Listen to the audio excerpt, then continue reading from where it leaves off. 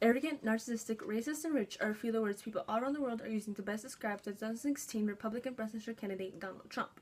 Make America Great Again has been the slogan he has been using throughout his campaign, but can he really make America great again? In only just 2 months, he has risen to the top and maintained that position, which indicates that his campaign has been successful, but has been successful for the right reasons.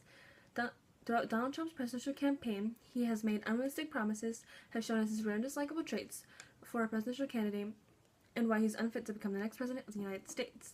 Donald has mentioned many of his goals that he hopes to accomplish when and if he becomes president in many of his conferences and or rallies.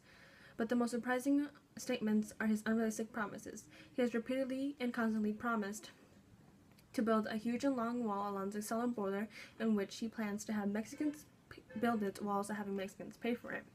Miriam Valverde, a journalist from PolitiFact.com, explains why this goal of his is unrealistic due to the fact that it would cost approximately $5.1 up to $25 billion to build this wall, which is originally a lot more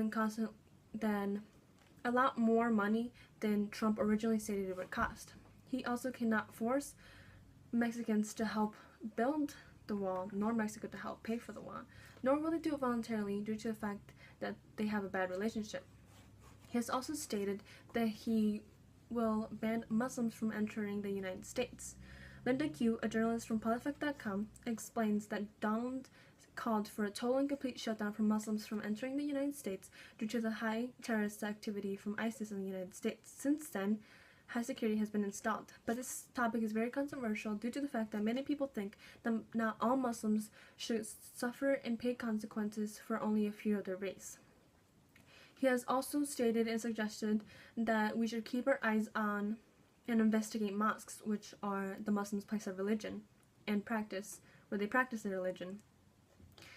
By doing so, we would practically be restricting them from practicing their religion, which is unconstitutional and would violate our First Amendment right.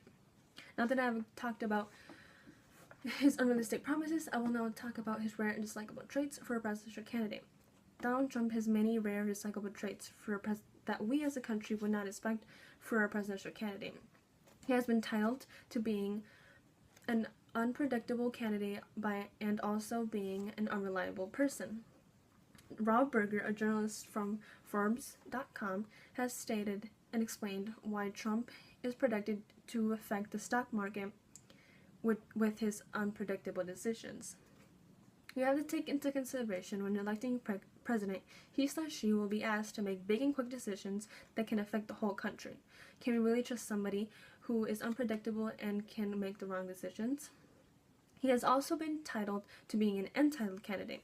Donald Trump grew up in a very wealthy home where money was never a problem, which is where he gained his strength. He explains that in the beginning of his career in business, his father loaned him a small loan of $1 million, where he explains $1 million to being a small loan. In our eyes, a small loan is like $1,000. So for him to get $1 million is a lot of money in our eyes.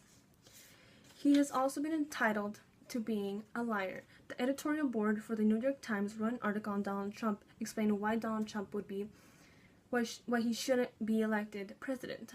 They used many quotes from their interview with Trump and also listed the many reasons why he shouldn't be president.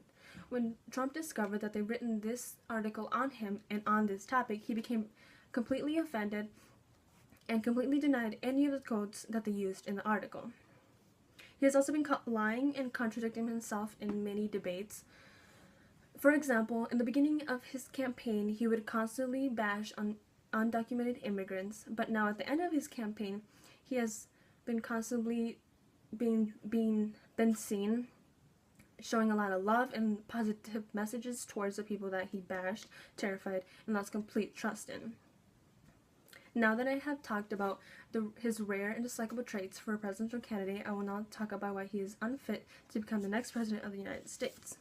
He is unfit to become the next president of the United States because he is the first candidate without any background in elective office, which indicates that he has absolutely no political background, no experience. So how can we trust him in law and politics if he has no background? With experience comes knowledge, and that is something Donald Trump lacks. Ooh, I'm sorry. Donald Trump confesses that in his conferences, he is very inconsistent with his responses. He doesn't focus on one topic at a time. He usually ignores certain topics that he doesn't want to be confronted of. For example, in one of his debates, he was asked why he didn't make his taxes public, in which he completely ignored the topic and just moved and steered the conversation into another subject. If he becomes president and he is asked about a serious topic and he doesn't give the country a serious or proper or reasonable response, he will lose a lot of his citizens' trusts. Throughout Donald Trump's presidential campaign, he has promised unrealistic promises. He has shown us his many rare and dislikable traits as a presidential candidate and why he's unfit to become the next president of the United States.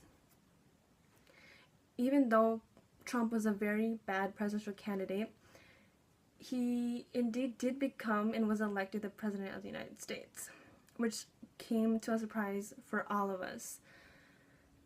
All we can do now is hope for the best and for a successful 4 more years. As Jeffrey Wright quoted, "May the election of Trump bring forth the most fiercest, smartest, and toughest generation of ass-kicking women this country has ever seen." Thank you.